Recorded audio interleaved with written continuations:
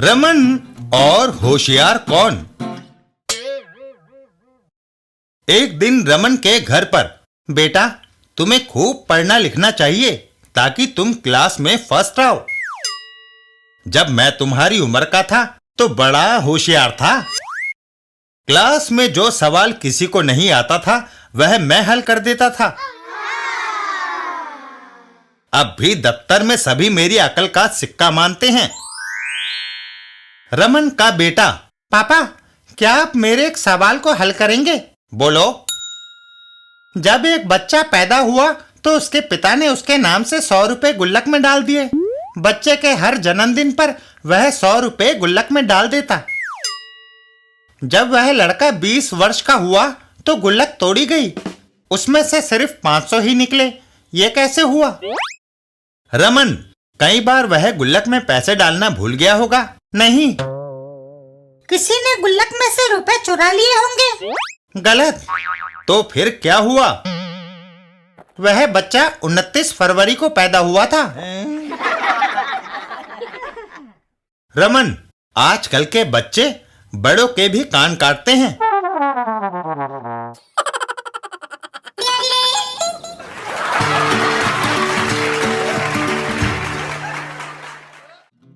रमन और बुजुर्गों की संपत्ति। एक दिन रमन और मोगा सिंह, क्या बात है, बड़े खुश नजर आ रहे हो। ओए रमन, मेरा दादा मर गया और वो मेरे लिए 10 लाख की जायदाद छोड़ गया है। यह सुनकर रमन उदास हो जाता है। दादा तो मोगा सिंह का मरा है जी, तुम उदास क्यों हो? रमन, काश मेरा भी दादा मरता कमली। तभी, रमन तुम्हारा नाम है?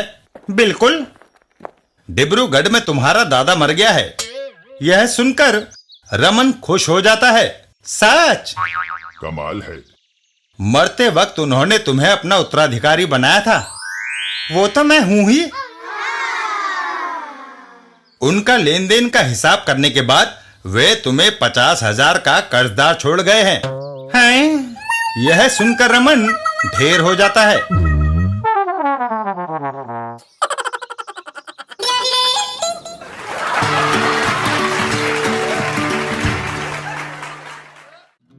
रमन, तरक्की और पार्टी।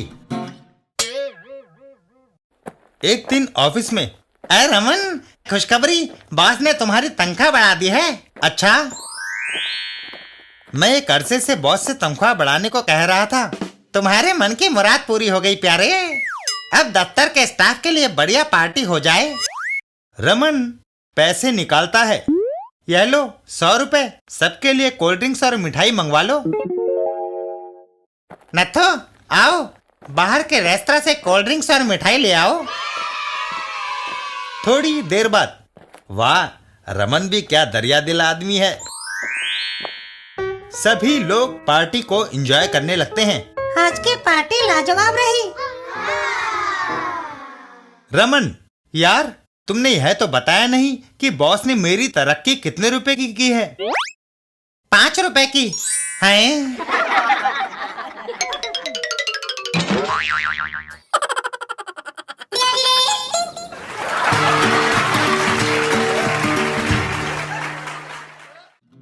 रमन और दामाद।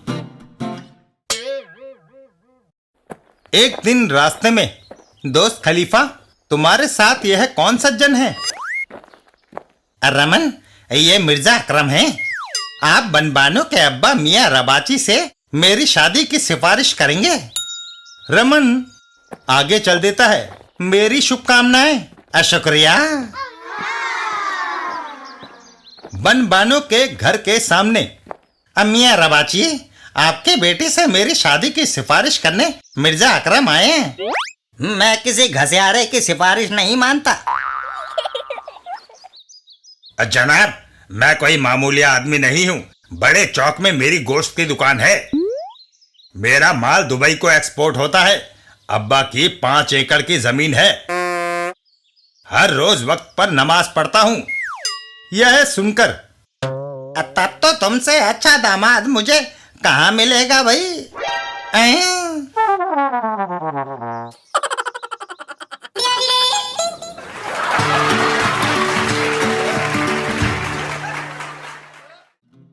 रमन और ओह टीवी। एक दिन रमन के घर पर। सुनते हो जी, टीवी पर चित्र नहीं आ रहा। यह सुनकर रमन घर के बाहर दौड़ लगाता है। लगता है कमली एंटीना हिल गया है। छत पर एंटीना तो ठीक कर दिया है। घर के अंदर मगर चित्र अब भी नहीं आ रहा। जरा वर्टिकल होल्ड को घुमाकर देखो।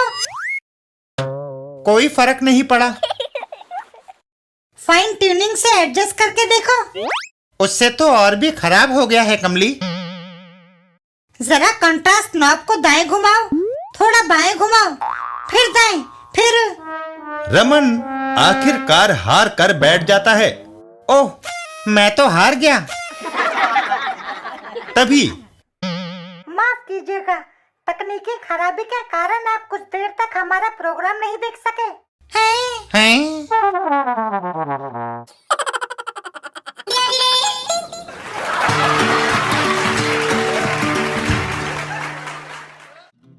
रमन और महीने का आखिरी दिन। एक दिन रमन के घर पर। कमली, तुमने मुझे अभी तक नाश्ता नहीं दिया। महीने का आज आखिरी दिन है जी, घर का सारा राशन खत्म है। महीने का आखिरी दिन बिताना एवरेस्ट की चढ़ाई से भी ज्यादा मुश्किल है। तुम फिक्र मत करो, मैं अपने दोस्त मोगा सिंह से 10 रुपए उधार मांग कर लाता हूँ। रमन मोगा सिंह के घर की ओर चल देता है। मोगा सिंह, यार मोगा सिंह, ओए रमन, मैं तुम्हारी तरफ ही जा रहा था। 10 रुपए उधार दे दो, कल तनख्वाह मिलते ही लौटा दूंगा। रमन मायूस होकर वापस लौट पड़ता है। वापस घर चलना चाहिए और कमली को बता देना चाहिए कि उधार नहीं मिला। घर पहुंचने पर, पुत्तु स्वामी, तुम मेरे घर। रामन, घर में राशन खत्म था, सोचा क्यों ना आज खाना तुम्हारे यहाँ ही खाया जाए।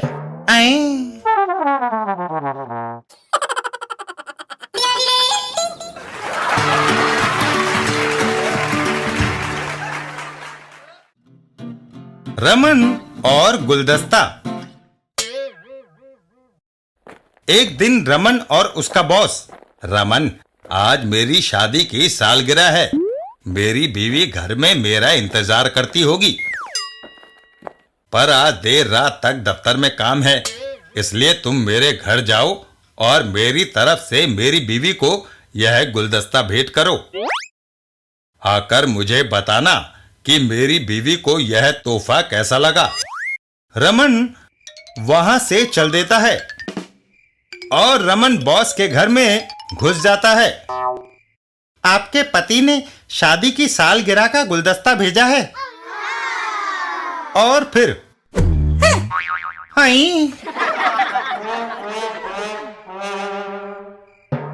रमन वापस ऑफिस चल देता है। ऑफिस में रमन, रोनी सूरत लेकर लौट रहे हो। रात के अंधेरे में मैं गलत मकान में घुस गया था सर। है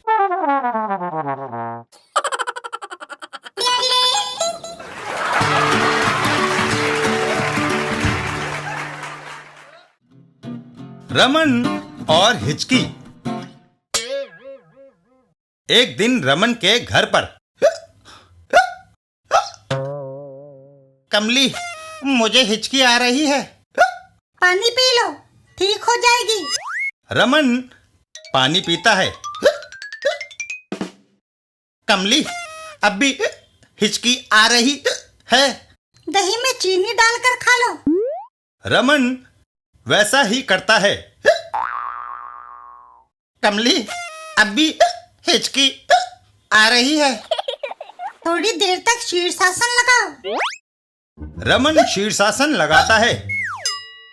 अब भी हिचकी रुकी नहीं। कमली, चारपाई पर कूदो, ठीक हो जाएगी। रमन चारपाई पर कूदना शुरू करता है। हाय मम्मी, कूदना तो हिचकी का इलाज नहीं। ना सही बेटा, चारपाई के खटमल तो झड़ जाएंगे। रमन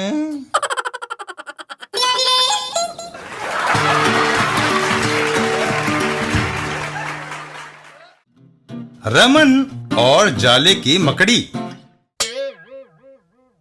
एक दिन रमन अपने घर में बैठा पुस्तक पढ़ रहा होता है। तभी एक मकड़ी उसके सामने नीचे को लटकती हुई आती है। रमन के हाथ चलाने पर वह वापस ऊपर सिमट जाती है। रमन फिर से किताब पढ़ने लगता है। मकड़ी दोबारा नीचे की ओर आती है। रमन गुस्से में अपना जूता निकालता है और उसे जाले की ओर उछालता है, लेकिन वह जूता वापस उसी के सिर पर गिरता है। आऊ! रमन दूसरे कमरे में जाता है और लंबा ब्रश उठाकर वापस अपने कमरे में आता है। वह लंबे ब्रश से जाले को उखाड़ देता है। परिणाम स्वरूप है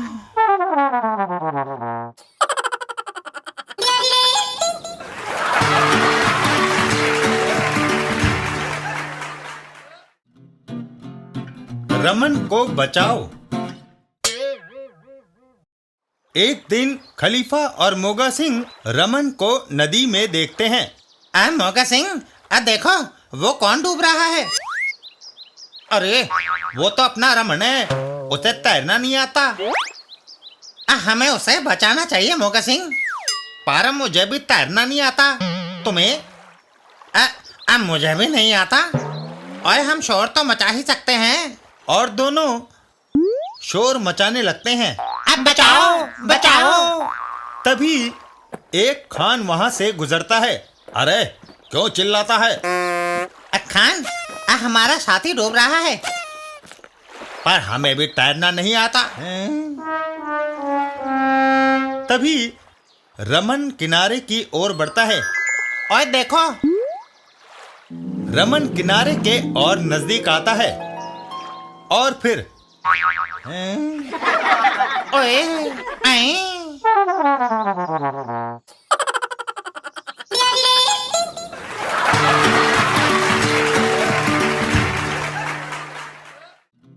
रमन और कीमती बकरा। एक दिन मोगा सिंह के घर पर। मोगा सिंह, मेरा जो कोट तुम मांग कर ले गए थे उसे मैं लेने आया हूं। ओए रमन, वह टंगा है, ले लो, मैंने उसे एक शादी में पहना था। रमन कोट लेकर वापस चल देता है। अच्छा मोगा सिंह, फिर मिलेंगे। रास्ते में कोट की जेब से यह रद्दी कागज का टुकड़ा निकला है, फेंक दूं। वह कागज का टुकड़ा वहीं खड़ा बकरा खा जाता है। चलो, वह कागज बकरे का भोजन बन गया। तभी मोगा सिंह वहां दौड़ता हुआ आता है।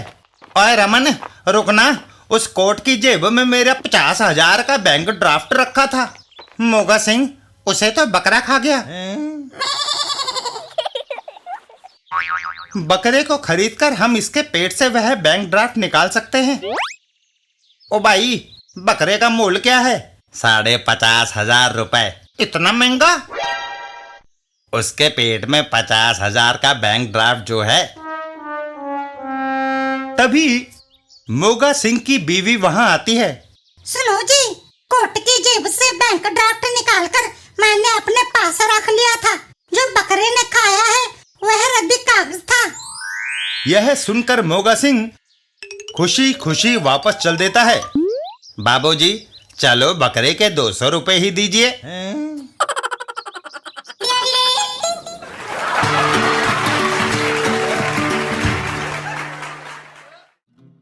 रमन और मिस टूटू। एक दिन दफ्तर में।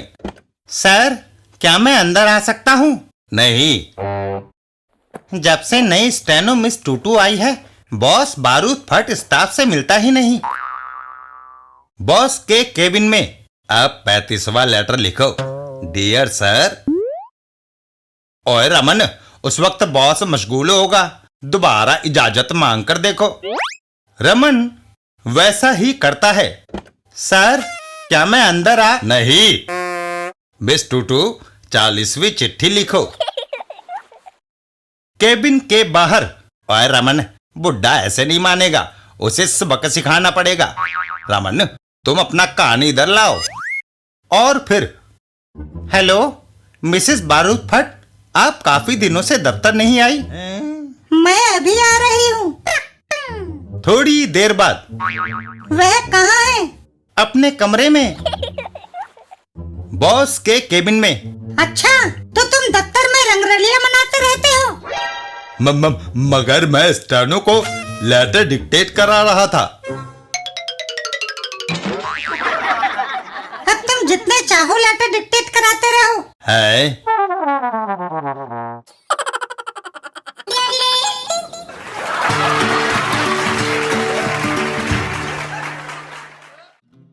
रमन, खेल और काम। एक दिन रमन और मोगा सिंह। ओए रमन, आज छुट्टी का दिन है, दोस्तों ने क्रिकेट खेलने का प्रोग्राम बनाया है, तुम भी आओ। मोगा सिंह, क्रिकेट खेलने का तो मेरा भी बड़ा दिल कर रहा है, लेकिन कमली ने आज मुझे घर के जाले और खिड़कियां साफ करने को कहा है। ओए, हम कोई ऐसा रास्ता ढूंढ निकालेंगे जिससे तुम्हें जाले और खिड़कियां साफ ना करनी पड़े और तुम आकर हमारे साथ क्रिकेट खेल सको। इतना कहकर मोगा सिंह वहां से चला जाता है और रमन घर के अंदर आकर अपने काम में जुट जाता है। तभी टेलीफोन की घंटी बजती है। मोगा सिंह का फोन है। मोहल्ले के बाहर मैदान में तुम्हारे दोस्त खलीफा की टांग टूट गई है। तुम्हें मदद के लिए फौरन बुलाया है। तुम्हें फौरन जाकर उस बेचारे खलीफा को अस्पताल में भर्ती कराना चाहिए। मगर ये जाले और खिड़कियां? आदमी हो या कबूतर, काम बाद में हो जाएंगे। जल्दी जाओ, वह दर्द से करा रहा होगा। लेकिन कमली, तुम्हारे चाचा अस्पताल में डॉक्टर हैं। यदि तुम जाओगी तो इलाज बेहतर होगा। अबे क्या करता है? तुम ठीक कहते हो। और कमली मैदान की ओर दौड़ जाती है। मैं ही जाती हूँ। मैदान में, खलीफा, मैं तुम्हें अस्पताल ले जाने आई हूँ। ओए, रमन से बड़ा उल्लू मैंने नहीं देखा मोगा सिंह।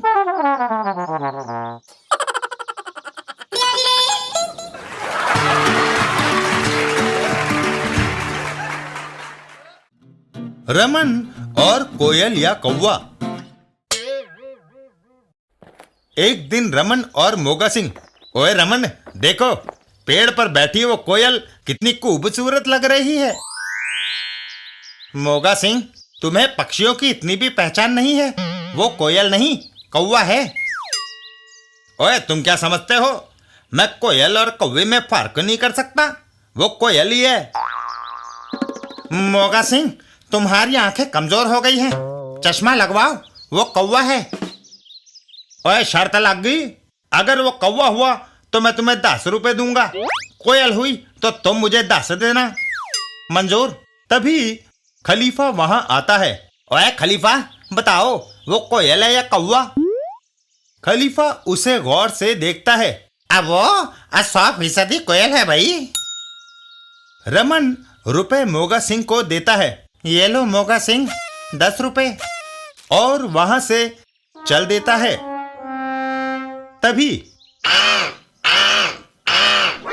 ओए, खलीफा और मोगा सिंह। ओए, इससे पहले कि रमन वो आवाज सुन ले, यहां से भाग चलो।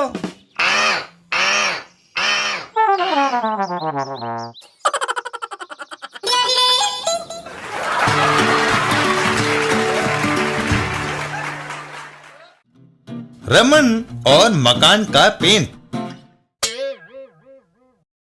एक दिन रमन के घर के बाहर। हमारे मकान पर भूरा नहीं, सलेटी रंग होगा। लेकिन कमली, ये घुला हुआ रंग दुकानदार वापस नहीं लेगा। मोगा सिंह से पूछता हूँ, शायद वो कोई रास्ता बताए। मोगा सिंह के घर के बाहर। मोगा सिंह, मैं बाजार से भूरा रंग ले आया हूँ, लेकिन कमली को मकान पर सलेटी रंग पसंद है।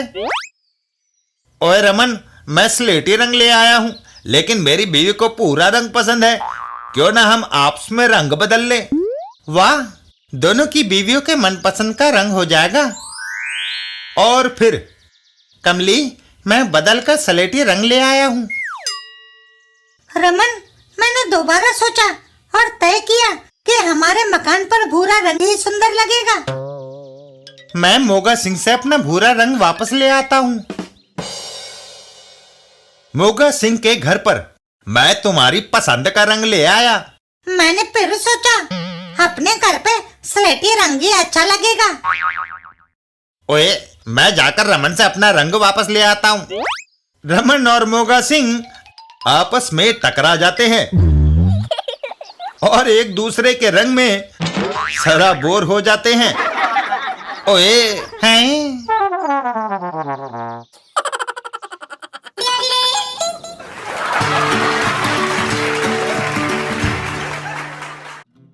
रमन और नींद की दवाई।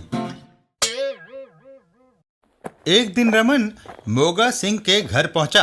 मोगा सिंह, क्या बात है? परेशान नजर आ रहे हो।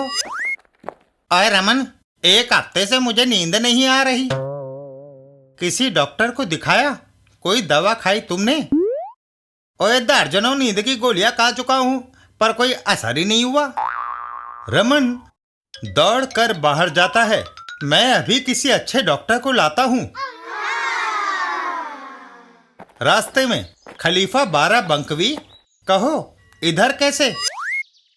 रमन, अब मुशायरे में गया था, लेकिन जब मैंने अपनी नज्म पढ़नी शुरू की, सब उठकर भाग गए। रमन उसे अपने साथ लेकर चल देता है। मेरे साथ आओ, तुम्हें एक श्रोता दूं। मोगा सिंह के घर पर, इसको सुनाओ तुम अपनी नज़्में। खलीफा शुरू हो जाता है। कौवा करे काव काव, कहीं धूप कहीं छाव, गधा चरे ना घास, ना कोई आस ना पास, परिणाम स्वरूप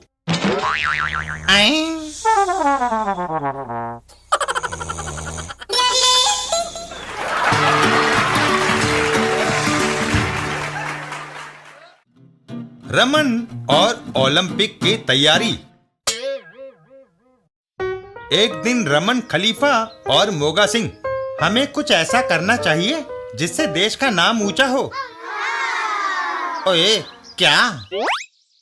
अरे भाई, ओलंपिक खेल शुरू होने वाले हैं। यदि हम अभी से प्रैक्टिस शुरू कर दें तो शोहरत हासिल कर सकते हैं। खलीफा वहीं पड़ा एक गोला उठा लेता है। गोला फेंकना एक ऐसा खेल है जिसमें हम गोल्ड मेडल जीत सकते हैं। खलीफा गोले को फेंकता है। हा हा हा हा। ओए, इतनी दूरी पर कांसे का मेडल भी नहीं मिलेगा। अब मोगा सिंह की बारी। अब मैं फेंकता हूं। मोगा सिंह गोले को उछालता है। हो, ये भी कोई खास दूर नहीं गया मोगा सिंह। देखो, गोला इस तरह फेंका जाता है। रमन गोले को उठाता है और जोर से उछाल देता है। गोला सीधा जाकर वहां से गुजरती एक कार के शीशे पर पड़ता है। और फिर तीनों आगे आगे और कार चालक पीछे पीछे। ओए, भागो। और तेरी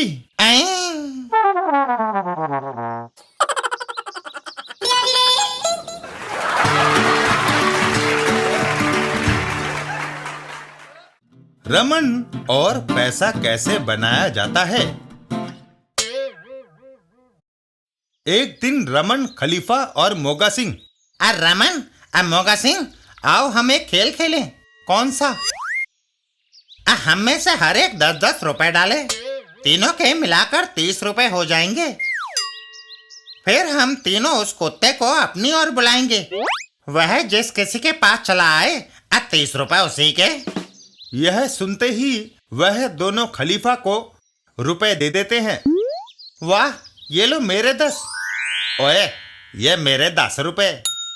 तीनों कुत्ते को अपनी ओर बुलाते हैं। आओ। ओए, आओ। आओ। कुत्ता दौड़कर उनकी ओर आता है और खलीफा के पास चला जाता है। खलीफा कुत्ते और पैसे के साथ वहां से चल देता है। ओए रमन, और मुझे लगता है वो उसका पालतू कुत्ता था।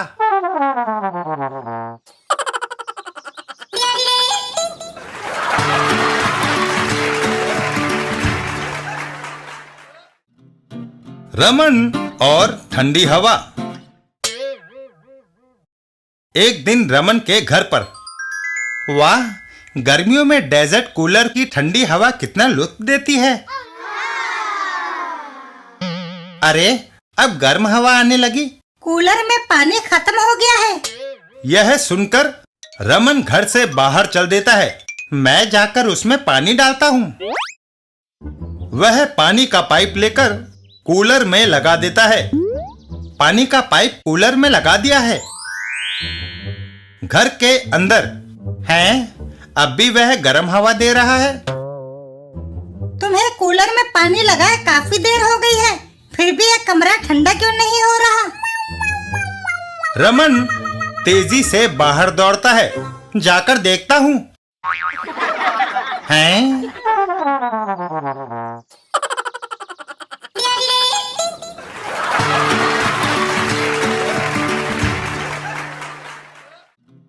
रमन और मोटा पेट। एक दिन रमन और खलीफा। खलीफा, मेरा पेट बहुत बढ़ गया है, इसे कैसे कम करूं? दिन में 100-200 दंड बैठक लगाओ रमन, तुम्हारा पेट अपने आप अंदर चला जाएगा।